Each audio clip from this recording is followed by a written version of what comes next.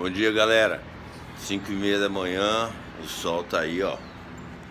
E eu acordei aqui pensando nos alunos, pensando em vocês. Eu decidi fazer esse vídeo aqui pra gente poder aparar algumas arestas, tá? Ontem nós tivemos uma primeira atividade, uma primeira aula inaugural e, como sabíamos, muitos não poderiam ir. A gente, por causa do Congresso Brasileiro de Medicina de Família e Comunidade, que está muito legal, está bem interessante, um conteúdo muito grande, mas está contando com a participação de vocês e isso está sendo bem interessante. Mas é o seguinte, é a homeopatia. Antes de tudo, dizer que tem sido um motivo de alegria para mim e de estímulo a gente fazer esse trabalho com homeopatia, e com a turma de vocês não vai ser diferente. A gente só precisa fazer alguns ajustes para a gente poder otimizar o tempo, ter bom aproveitamento. A gente decidiu o seguinte: toda sexta-feira a gente vai estar mandando um vídeo, que é esse que eu estou mandando hoje para vocês. A gente vai fazer um apanhado no caso de hoje e mostrar alguns conteúdos sobre o que a gente precisa falar e estudar na semana que vem. O que a gente colocou é que é importante a gente aprender com prazer, com amor, tentar buscar um conhecimento que possa ser útil para a nossa prática médica. Então nós vamos focar bastante na prática, mas a prática sem teoria ele não tem significado, então a gente precisa dar uma estudada na teoria. A homeopatia, a gente falou um breve histórico, ela começou mais ou menos no ano de 1810 e veio para o Brasil em 1840, com o médico francês Benoît Mir. Se instalou no Rio e em Santa Catarina. Bom, a homeopatia ela tem alguns princípios básicos. Um deles é o princípio da similitude, é o mais importante deles. O semelhante cura o semelhante. Eu uso uma substância capaz de provocar os mesmos sintomas que eu quero curar. E este é um princípio que a gente tem que estudar bastante, é bem interessante. A gente usa isso muito na alopatia sem saber. E isso começou com a vida de um médico alemão, Samuel Hahnemann, que experimentou a quina, que a gente usa até hoje também para curar a malária. Ele, quando experimentou a quina, ele percebeu que a quina produzia sintomas que ele queria curar, no caso, com pacientes que apresentavam um quadro de malária. E a partir daí ele começou a experimentar várias substâncias, e essas substâncias são usadas até hoje. Quando nós juntamos o resultado das experiências do medicamento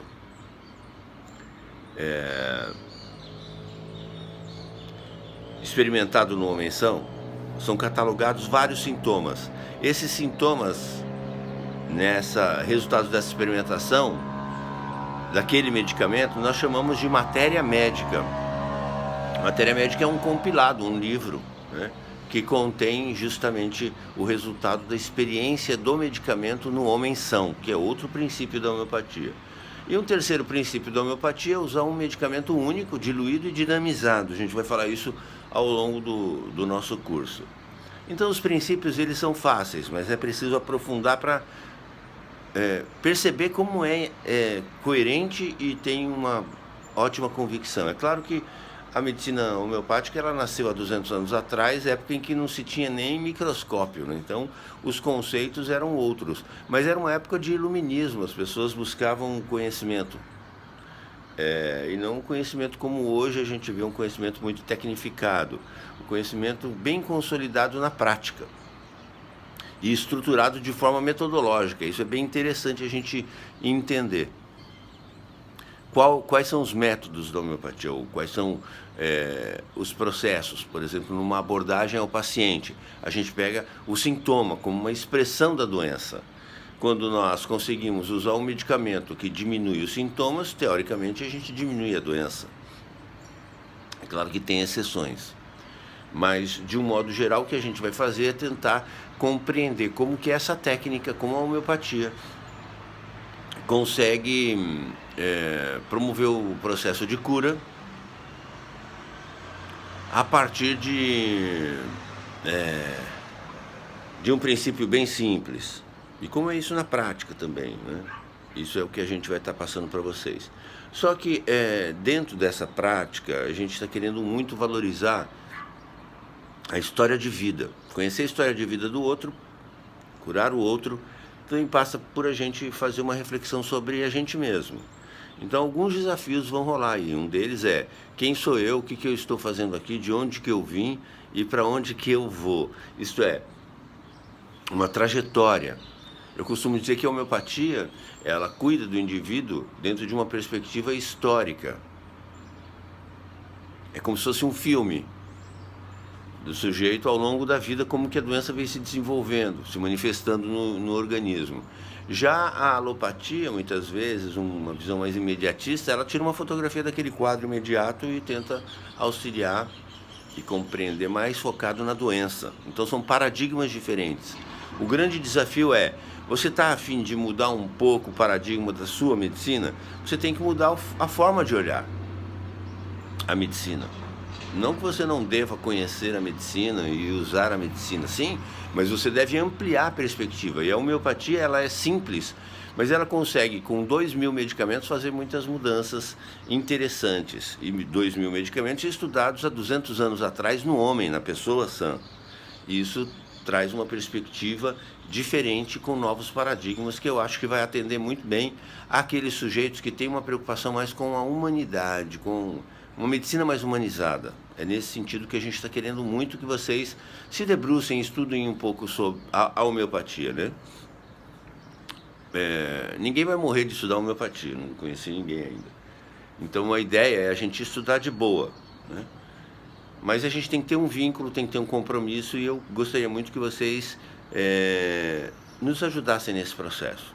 Sim, tranquilamente, estudar os princípios, ver a prática como funciona e tentar ver quais as possibilidades de uso da homeopatia no meu paciente comum.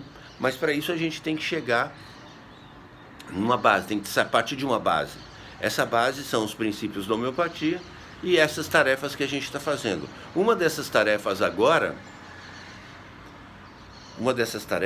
é a gente fazer um relatório até segunda-feira sobre história de vida nossa. Vocês vão mandar para mim, por e-mail, individual, uma história de vida correlacionando a cada 7 anos quais são os principais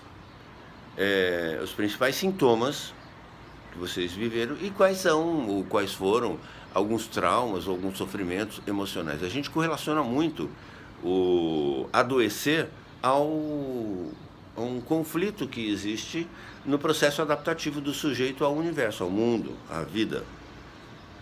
Então a gente está querendo muito que vocês façam essa reflexão, porque no final a gente está querendo que vocês minimamente conheçam o medicamento de vocês. Então vamos fazer um desafio aí para todo mundo poder dar uma estudada. Segunda-feira a gente tem uma atividade importante e, além disso, a gente vai estar mandando até, de preferência, esse fim de semana, 5 questões que vocês tenham dúvidas sobre a homeopatia, tá bom? Bem, é isso, eu acho que vale a pena a gente dar uma estudada, não tem muito segredo, mas são essas as atividades. A gente falou um pouco sobre a coleta de sintomas em homeopatia. Alguns já viram como funciona a consulta homeopática, o tratamento homeopático, e uma das preocupações é buscar os sintomas. Conhecer os sintomas na sua amplitude, o maior número de sintomas possíveis. A manifestação da doença se expressa através da totalidade dos sintomas. Naquele indivíduo, a doença é uma alteração de um princípio vital imaterial, que quando o indivíduo está doente, ele não tem sintomas, ele se adapta bem, tem uma boa qualidade de vida, tem capacidade de homeostase. Quando o indivíduo está doente, ele tem capacidade limitada e com isso manifestam-se os sintomas. Então, olhar os sintomas é olhar a doença, mas para isso a gente tem que olhar o indivíduo. E neste primeiro momento, neste fim de semana, eu vou pedir que vocês façam uma reflexão. O que é que vocês estão fazendo aqui, de onde vocês vieram e aonde vocês querem chegar? Seja do ponto de vista social, pessoal, técnico, financeiro. Quero conhecer um pouco mais cada um de vocês. Na verdade, eu quero que vocês façam uma reflexão sobre vocês.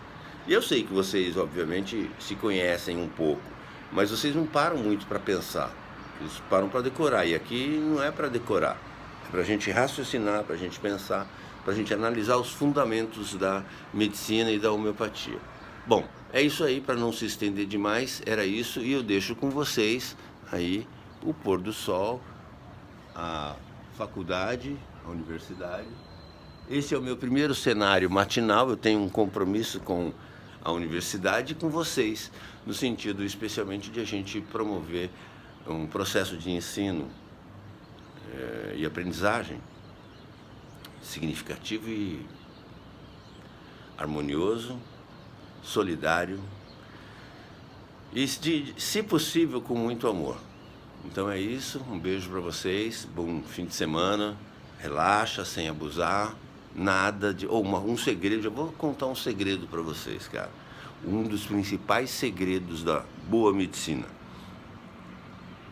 é a dose.